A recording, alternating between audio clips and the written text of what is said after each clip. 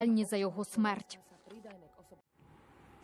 Я не терорист і не злочинець, я мусульманин, і за це зараз у в'язниці.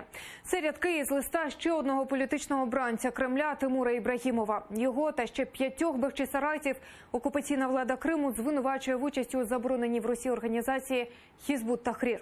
У своєму посланні з неволі Тимур Ібрагімов визнає, над кримськими татарами зараз безкарно і безпідставно влаштовують судилища, але сподіваються, скоро російському свавіллю в Крыму прийде кінець.